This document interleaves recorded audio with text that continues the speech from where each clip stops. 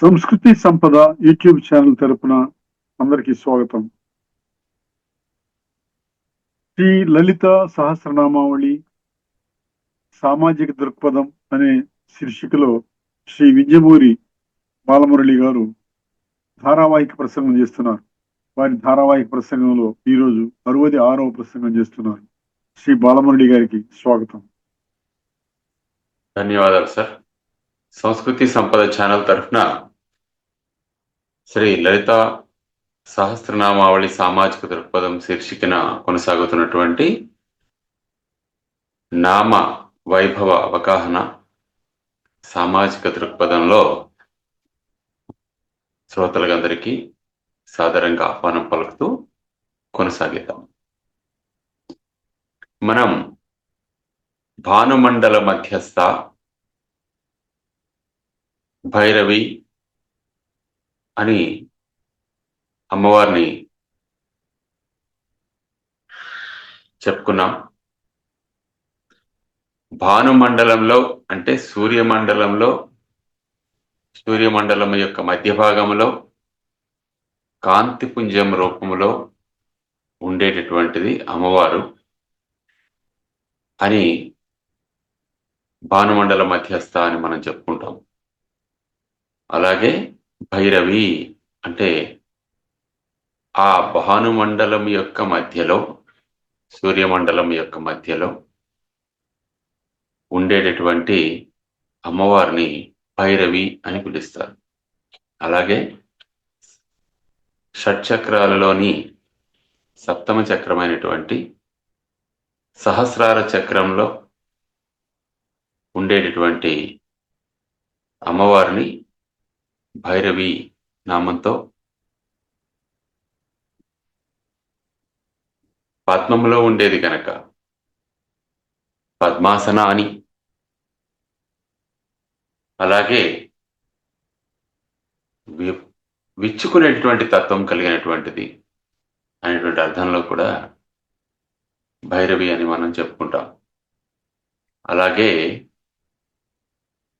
భగమాలిని, భ అంటే కాంతి, గ అంటే ప్రయాణం, అంటే ప్రయాణించుచున్న కాంతి రూపం కలిగినటువంటిది లేదా కాంతి రూపముతో ప్రయాణించు తత్వం కలది అని భగమాలిని అని మనం అమ్మవారిని చెప్పుకుంటాం.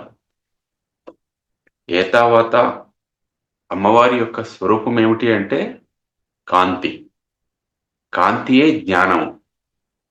జ్ఞానస్వరూపిణి సరస్వతి రూపంలో ఉన్న, శారదా రూపంలో ఉన్న, లలితాంబిక రూపంలో ఉన్న అంతా కూడా జ్ఞానమే మన యొక్క ఆధ్యాత్మిక అభివృద్ధికి, భౌతిక మేధాభివృద్ధికి మనకి దోహదం చేసేటువంటి శక్తి గనక భగమాలిని అంటే కాంతి రూపంలో ప్రయాణించేటువంటి తల్లి. కాంతి ఎలా ప్రయాణిస్తుంది అంటే కాంతి క్వాంటమ్స్ రూపంలో ప్రయాణం చేస్తుందని మనం చెప్పుకుంటాం.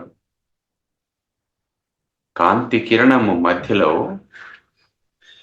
ఫోటాన్స్ అనేటువంటి కణములు ఉంటాయి. ఒక కాంతి పుంజానికి మరో కాంతి పుంజానికి మధ్యలో చీకటి ఉంటుంది. అంటే ఈ చీకటి వెలుగుల యొక్క వరుస మాలిక అయితే చీకటి పుంజముల వెలుగుతో వరుసతో ప్రయాణించేటువంటి తల్లి భగమాలిని అవుతుందన్నమాట. అంటే వెలుగుల వరుస త్వరితంగా ప్రయాణించేటువంటి కాంతి కిరణమునకు మధ్యలో ఉన్నటువంటి చీకట్లు అనేవి మన స్థూల దృష్టికి కనిపించవు. కానీ వెలుగుకి మధ్యలో చీకటి ఉన్నది కాబట్టి వెలుగుల హారములా ఉండేటటువంటి కాంతిని ఒక మాలికగా భావిస్తే ఆ మాలిక భగమాల అవుతుంది. అది ధరించినటువంటి అమ్మవారు భగమాలిని అని మనం చెప్పుకుంటాం అన్నమాట.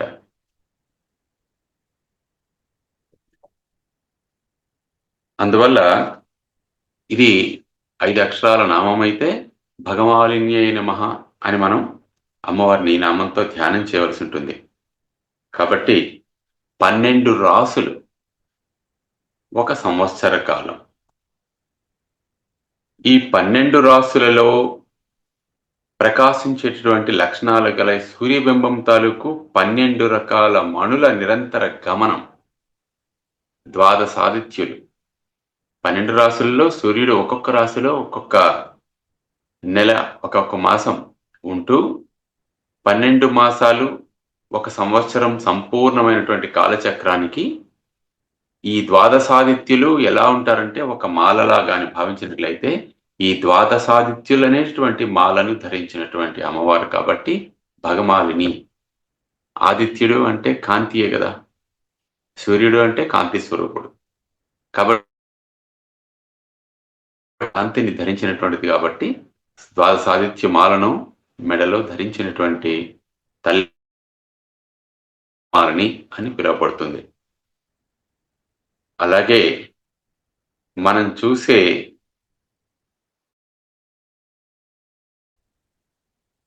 జీవి కూడా రెప్పపాట్లను కలిగి ఉంటాయి. అందుకు మనని నిమేషులు అంటారు. అంటే మానవులు రెప్పలు వాల్చేటటువంటి లక్షణాన్ని కలిగి ఉంటారు కాబట్టి మనం నిమేషులం. రెప్ప వాల్చే తత్వము గుణము లేనటువంటి వారు కాబట్టి దేవతల్ని అనిమిషులు అంటారు. దేవతలకి మానవులకి అది తేడా. కాబట్టి రెప్ప వాల్చి కనులు మూతపడితే అది చీకటి, రెప్ప కనులు తెరవబడితే అది వెలుగు. చీకటికి వెలుగుకి మధ్యన ఈ రెప్పపాట్లు అనేవి మన జీవిత కాలాన్ని, మన జీవనాన్ని, జీవ చైతన్యాన్ని సూచిస్తాయి. ఇవి ఆగిపోతే రెప్పపాట్లు నిరంతరం జరుగుతున్నాయి అంటే అర్థం ఏమిటి అంటే మనం శివం అంటే శక్తి మనలో ఉన్నది. రెప్పపాట్లు ఆగిపోయి అంటే శక్తి వెళ్ళిపోయింది, మనం శవం అయ్యామన్నమాట, స్థిరంగా ఉండిపోయామని అర్థం.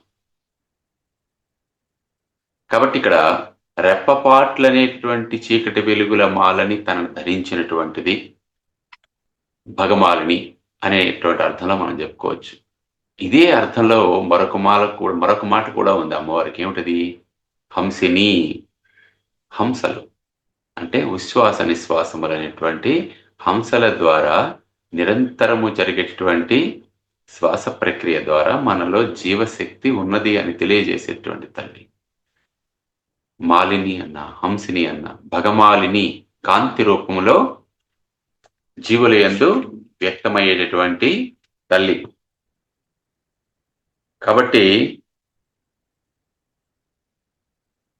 ఈ విధంగా చీకటి వెలుగులతో త్వరితగతిని సాగే శాశ్వత కాలము యొక్క స్వరూపమే అమ్మవారు కాబట్టి అమ్మవారిని భగమాలిని అంటారు. అంతేకాకుండా పగలు సూర్యుడు కనబడతాడు, రాత్రి కనిపించడు. రాత్రి బవళ్ల ద్వారా కాల స్వరూపంలో జరుగుతుండేటువంటి రోజులు గడుస్తూ ఉంటే కాలము నడుస్తూ ఉన్నది అని అర్థం కదా. అందువల్ల ఒక సంవత్సర కాలంలో ఈ విధంగా సూర్యోదయాలు, సూర్యాస్తమయాలు కలిపి ఒక వేగంగా ఒక రియల్గా నడిపిస్తున్నట్లయితే ప్రకాశము, చీకటి, చీకటి, ప్రకాశము, ఇవి వెలుగులు ఒక మాలలా కనిపిస్తాయి మనకి. ఆ రకమైనటువంటి ఉదయ సంధ్య అలాగే సాయం సంధ్య, ఈ సంధ్యలలో ఒక మాలికలా తిరుగుతూ ఉన్నటువంటి కాలాన్ని ధరించినటువంటి తల్లి భగమాలిని అని మనం చెప్పుకుంటాం. అదన్నమాట భగమాలిని నామానికి కాలస్వరూపిణి అని కూడా మనం భావించవచ్చు. భగ అనే పదానికి ఐశ్వర్యము అనే అర్థం కూడా ఉంది. భగ అనే పదానికి ఐశ్వర్యం అని కూడా అర్థము ఉన్నది. అయితే ఐశ్వర్యము అనే అర్థంలో మనం చెప్పుకున్నట్లయితే భాస్కర్ రాయల వారు ఐశ్వర్యానికి ఒక వివరణ ఇచ్చారు. ఏమిటది అంటే 6 గుణములుంటాయి భగ లక్షణం కలిగినటువంటి. ఐశ్వర్యస్య సమగ్రస్య, వీర్యస్య యశస శ్రియ, జ్ఞాన విజ్ఞాయోశ్చైవ షణ్ణాం భగ ఇతీరణ. షణ్ణాం 6 గుణములు. భగ అనేటువంటి పదానికి 4 లక్షణములు ఉంటాయి. ఏమిటది? ఐశ్వర్యము, వీర్యము, సమగ్రత, యశము, శ్రియము, జ్ఞానము, విజ్ఞానము. ఈ లక్షణాలు ఉన్నటువంటి తల్లి గనక భగమాలిని. ఈ 5 లక్షణాలని మాలగా ధరించినటువంటి తల్లి కాబట్టి షడ్గుణ ఐశ్వర్యములను మాలగా ధరించినది. అంతేకాకుండా భగమాలిని అనేది నిత్యాదేవత. మనకి ఉన్నటువంటి నిత్యలలో ఈమె ఒక నిత్యాదేవత కాబట్టి నిత్యాతిథి స్వరూపురాలు అమ్మవారు అని కూడా మనం చెప్పుకోవచ్చు. అంతేకాకుండా అనేక భగ శబ్దములు ఉన్నవి కనుక ఈ మంత్రంలో అందుచేత ఆమెని భగమాలిని అంటారు అని మనం చెప్పుకోవచ్చు. అయితే ఈ విషయం అనేది భగ చిహ్నము స్త్రీ లింగం, స్త్రీ చిహ్నం. భగమాలిని, మాలిని అని చెప్పుకుంటున్నాం కదా. కాబట్టి ఈ విషయాన్ని లింగ పురాణంలో, దేవి భాగవతంలో కూడా ఉంది. పుల్లింగ చిహ్నము గల పదాలన్నీ కూడా శివ విభూతులని, స్త్రీలింగ విభూతి చిహ్నము కలిగినటువంటి పదములన్నీ కూడా దేవీ స్వరూపులని మనకి చెప్తారు. మాలిని అనేది స్త్రీలింగ వచనం గనక, స్త్రీలింగం గనక కాబట్టి ఇది అమ్మవారికి పరంగా మనం చెప్పుకుంటాం. అందువలన తంత్రరాజ్యము, జ్ఞానార్ణవము మొదలైనటువంటి గ్రంథాల్లో, సంహితల్లో కూడా ఈ భగమాలిని అనే శబ్దం అనేది చెప్పబడింది. ఆవరణ దేవతల నామములు తరచుగా భగ శబ్ద పూర్వకములుగానే ఉన్నవి గనక అన్ని బహుళముగా ఉండిచే దేవి భగమాలిని అయ్యింది అని 5 అక్షరాల నామానికి భాస్కర్ రాయల వారు వ్యాఖ్యానం చేస్తారు. అంటే భగమాలిని అంటే వెలుగుల రూపము కలిగినటువంటి తల్లి. అలాగే వెలుగుయే చీకటి వెలుగులు అంటే రాత్రింబవళ్ళు తనకి ఆభరణములుగా కలిగినటువంటి తల్లి అని, ద్వాదశాదిత్యులను ఒక మాలగా ధరించినటువంటి తల్లి అని, ఇన్ని రకాలుగా మనం నామానికి అర్థములు చెప్పుకొనవచ్చు. అంతేకాకుండా భగమాలిని అనేటువంటి మాట మన నిత్య జీవితంలో ఉండేటటువంటి షడ్గుణ ఐశ్వర్యాలు, మన గుణములకు చెందినటువంటి ఐశ్వర్యాలు 6. ఈ 6 మనలో కూడా ఉంటాయి. భగము అనేటువంటి ఐశ్వర్యం ఏదైతే చెప్పుకున్నామో, ఏమని చెప్పుకున్నాము? సమగ్రత్వము, వీర్యము, కీర్తి, సంపద, జ్ఞానము, వైరాగ్యము, ఇవన్నీ కూడా 6 గుణములు. ఈ 6 గుణములను కలిపి భగము అంటారు. ఈ 6 గుణములు కలిగిన తల్లి భగవతి. ఈ 6 గుణములను మాలగా కాని భావించినట్లయితే ఈ 6 గుణములను మాలగా ధరించినటువంటి తల్లి భగమాలిని. భగవతి అన్న, భగమాలిని అన్న, 6 గుణములను మాలగా ధరించినది భగమాలిని, 6 గుణములను కలిగినది భగవతి. ఈ 6 గుణములను కలిగినటువంటి పురుష దేవత అయితే భగవంతుడు. అదన్నమాట భగవంతుడికి భగవతికి భేదం. ఈ భేదం మనం గమనించాలి. అందువల్ల ఆకాశంలో నిరంతరం వెలుగుతున్నటువంటి తారల రూపంలో, తారకల రూపంలో, సూర్యుడు కూడా నక్షత్రమే కదా, తార అంటే నక్షత్రం కదా, మనకి కనిపిస్తున్నటువంటి స్వరూపం, వెలుగు స్వరూపం అమ్మవారే. ఆ వెలుగులకి వెనక ఉన్నటువంటి వెలుగు ఏదైతే ఉన్నదో అది కూడా అమ్మవారే.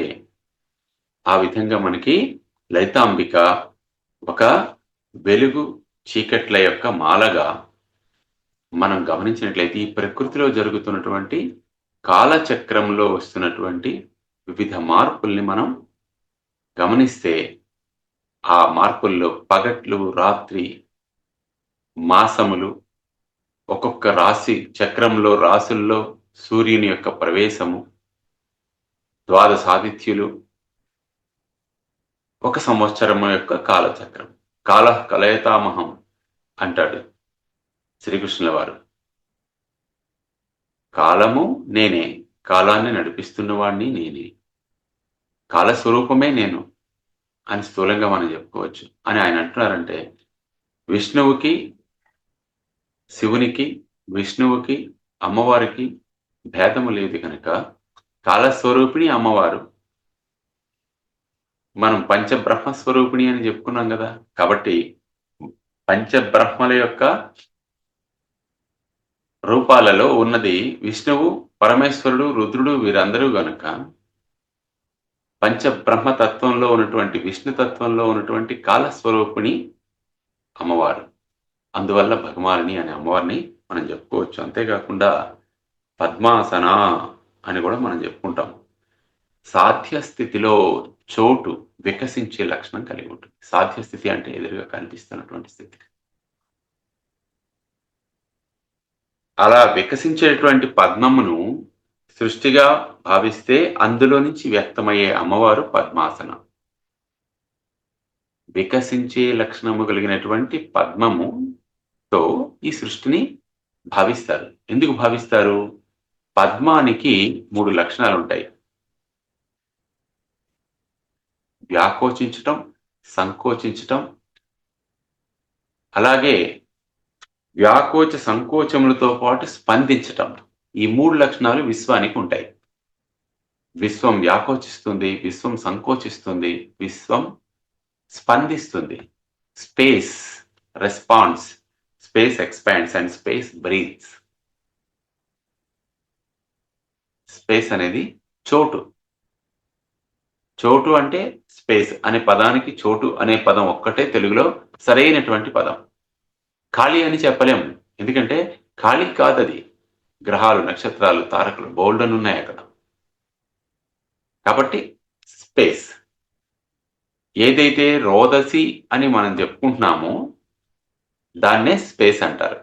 దాన్నే చోటు అని మామూలు పదం, వ్యవహారిక పదంలో మనం చెప్పుకుంటాం. ఆ చోటు యొక్క లక్షణం ఏమిటి అంటే వ్యాకోచము, సంకోచము, స్పందన. ఈ 3 లక్షణాలు పద్మమునికి కూడా ఉంటాయి. పద్మానికి సూర్యోదయంతో పద్మం వికసిస్తుంది. ఇది వికసించే లక్షణం, వ్యాకోచించే లక్షణం. సూర్యాస్తమయంతో ముకులిస్తుంది, సంకోచించే లక్షణం. సూర్యుని యొక్క కిరణాలకి స్పందిస్తుంది. కాబట్టి విశ్వము యొక్క వికసనాన్ని, విశ్వాన్నే మనం సనాతన ఋషులు పద్మంతో పోల్చారన్నమాట. కాబట్టి అటువంటి వికసించే లక్షణము కలిగినటువంటి ఈ విశ్వ అనే పద్మంలో స్థిరముగా ఉండేటటువంటిది, ఆసనముగా ఉండేటటువంటిది, విశ్వాన్నే ఆసనముగా కలిగినటువంటిది పద్మాసన. అందుకే మన దేవతల యొక్క విగ్రహాలన్నీ కూడా పద్మంలో కూర్చున్నట్టు ఉంటాయి. అంటే అర్థమేమిటి? ఈ సృష్టిలో వారు ఉన్నారు అని తెలియజేయడానికి.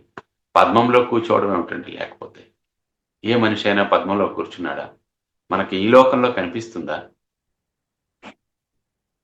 దానికి కూడా ఒక విశిష్టత ఉన్నది.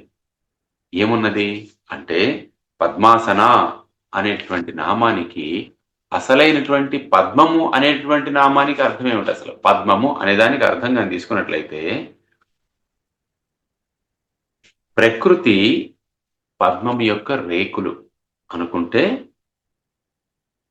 ఆ పద్మం యొక్క మనలో ఉండేటువంటి వికారములు 16 కేసరములుగాను, జ్ఞానమే కాడగాను కలిగినటువంటిది పద్మం. పద్మం యొక్క కాడ జ్ఞానము, పద్మం యొక్క కేసరములేమో మనలో కలిగేటువంటి వికారములు. వికారములు అంటే ఆనందము, దుఃఖము, ద్వేషము, కోపము, ఇవన్నీ మనోవికారం అదన్నమాట. అలాగే ఈ మొత్తం ప్రకృతి వికసించేటటువంటి లక్షణం కలిగిన పద్మం యొక్క రేకులతో పోల్చారన్నమాట. సో జ్ఞానము కాడగా కలిగినటువంటి, ప్రకృతిని రేకులుగా కలిగినటువంటి, మనోవికారములనే కేసరములు కలిగినటువంటి పద్మము నందు అమ్మవారు ఉంటుంది. కాబట్టి పద్మాసన అని మనం చెప్పుకుంటాం అన్నమాట. కాబట్టి భక్తులకు తమ ఐశ్వర్యమును వారి పుణ్యానుసారంగా విభజించి ఇచ్చేది.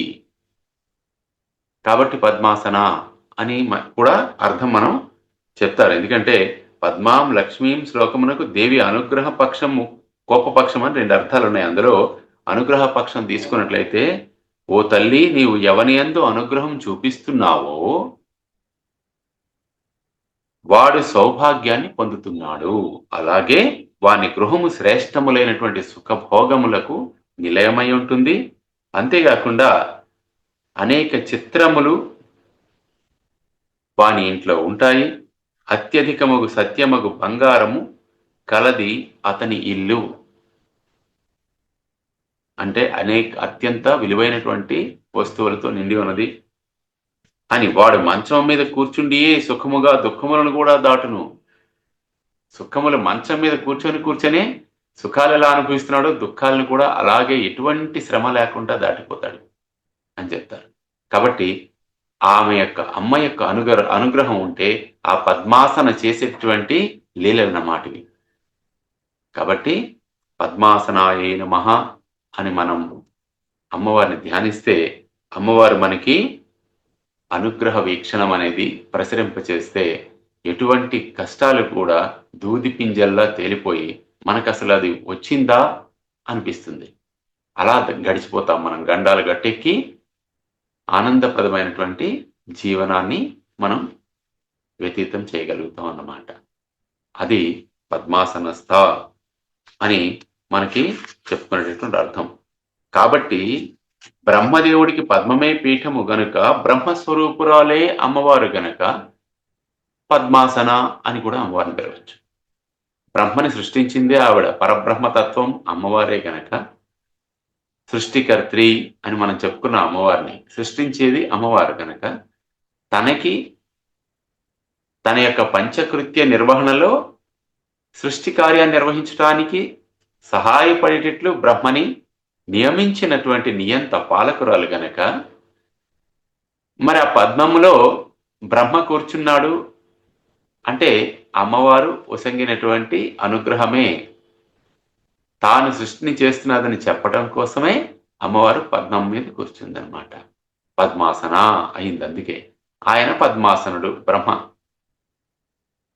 కాబట్టి పద్మాసనుడైనటువంటి బ్రహ్మ ఆ పద్మములో కూర్చుని సృష్టి కార్యాన్ని ఎలా నడిపిస్తున్నాడో పద్మాసన అయినటువంటి అమ్మ తాను కూడా ఈ సృష్టి కార్యాన్ని ఆ విధంగా నిర్వహిస్తున్నది. కాబట్టే పద్మాసన అని మనం అమ్మవారిని చెప్పుకునేటప్పుడు పద్మమునందు అమ్మ ఎందుకు కూర్చుంది అంటే ఈ సృష్టి కార్యాన్నంతటినీ నేనే నిర్వహిస్తున్నానని సంకేత రూపంలో మనకి తెలియజేయడం కోసం.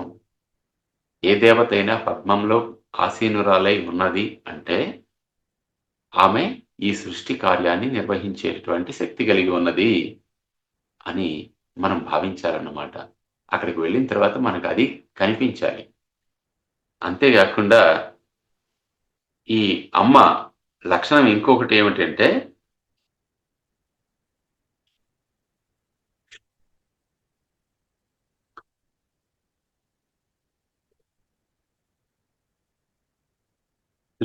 విశ్వ సృష్టి గురించి మనం ఎన్నో సత్యాలు, ఎన్నో సిద్ధాంతాలు చాలామంది మన వాళ్ళు మేధావులు, శాస్త్రవేత్తలు వ్యక్తం చేసిన వాటికి శాశ్వత ధర్మ లక్షణాలను గురించి చెప్పేటటువంటి మౌలిక సూత్రాలు వేదాలు, 18 పురాణాలు, ఉపనిషత్తులు, వేదాంగాలు ఇవన్నీ కూడా ప్రాచీన గ్రంథాల్లో ఉన్నటువంటి విషయాలు మనకు తెలియజేస్తాయి. కాబట్టి వేదాల నుంచే ఇవన్నీ వ్యాప్తి చెందినవి కనుక ఆ వేదాలకి అసలైనటువంటి మూల బిందువు ఎవరు అంటే సాక్షాత్ అమ్మవారే, వేద విద్యా స్వరూపిణి. కాబట్టి ఆమె శుద్ధ విద్యాంకుర ఆకార ద్విజ పంక్తి ద్వయోజ్వల అని మనం చెప్పుకుంటాం కదా అమ్మవారిని.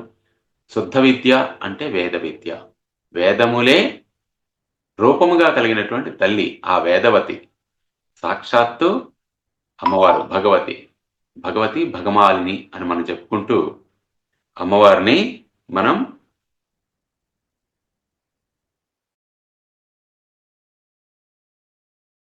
భగవతిగా, పద్మాసనగా మనం చెప్పుకుంటాం అన్నమాట. ఈ నామాలన్నిటికీ కూడా ఇంటర్లింక్ ఉందన్నమాట. ఒకదానితో ఒకటి అనుసంధానించి మనం అర్థం చేసుకోవలసినటువంటి సంబంధం ఉన్నది. అర్థగతమైనటువంటి సంబంధం ఉన్నది. అది అవగాహన చేసుకున్నట్లయితే అమ్మ యొక్క సంపూర్ణ స్వరూపం ఏమిటి అనేది మన ముందు నిలబడుతుందన్నమాట. మన కళ్ళ ముందు ప్రత్యక్షమవుతుంది. అది అమ్మవారి యొక్క లక్షణం. చైతన్యము కలిగినటువంటి ప్రకాశ స్వరూపిణి అని కూడా పద్మాసన అంటే అర్థం. ప్రకాశమే అమ్మవారి యొక్క రూపం అని మనం చెప్పుకుంటాం.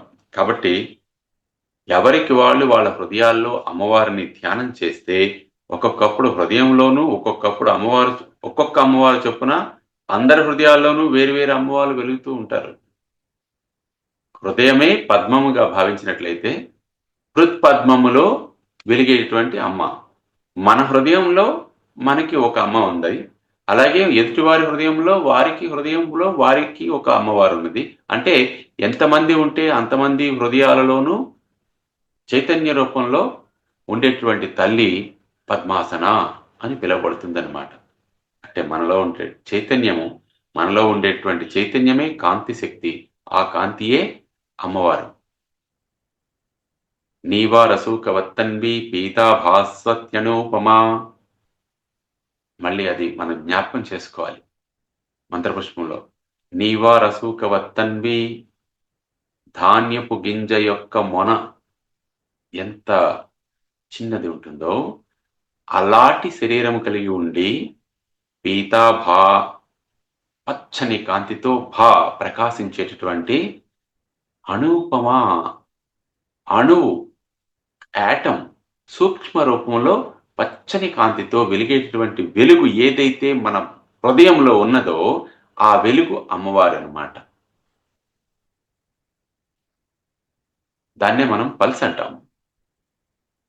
ఆ వెలుగు రూపంలో ఉన్నటువంటి ఆ నెర్వ్ అనేది స్పార్క్ ఇవ్వకపోతే, విద్యుత్ ఘాతం మన హృదయానికి కానీ తగలకపోతే హృదయం స్పందించదు, గుండె కొట్టుకోవడం ఆగిపోతుంది. కాబట్టి మన శరీరంలో విద్యుత్ రూపంలో అణురూపంలో ప్రకాశిస్తున్నటువంటి ప్రకాశము చిద్రూపిణి, ఆమె పద్మాసన. ఇది సైన్స్. కాబట్టి అమ్మవారిని ఈ రకంగా మనం ధ్యానించాలన్నమాట. కాబట్టి ఒకే వెలుగును లలితాదేవి యొక్క భగవతీ నామంగా అర్థం చేసుకోవాలి. సృష్టికి అంతటికీ ఆధారమైనటువంటి వెలుగు అది. కాబట్టి ఆమె వెలుగుల యొక్క మూర్తీభవించినటువంటి రూపం అన్నమాట.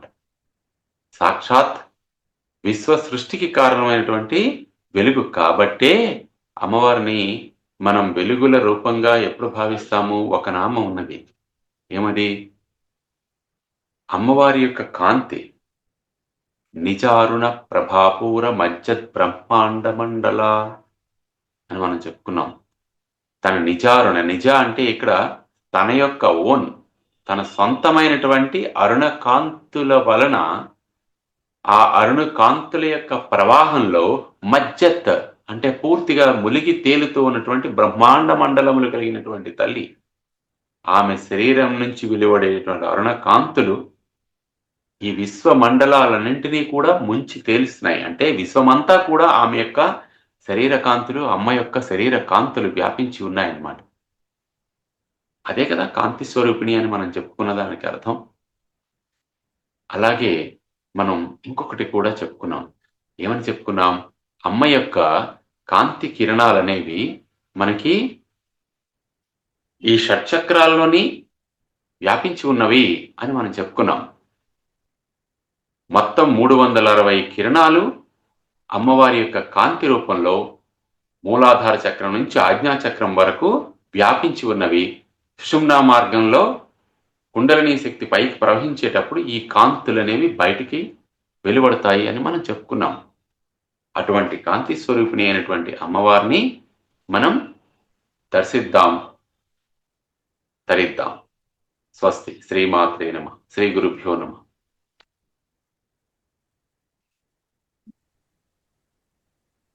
శ్రీ లలిత సహస్రనామావళి సామాజిక దృక్పథం శీర్షికలో ధారావాహిక ప్రసంగం చేసిన శ్రీ వింజమూరి బాలమురళి గారికి ధన్యవాదాలు.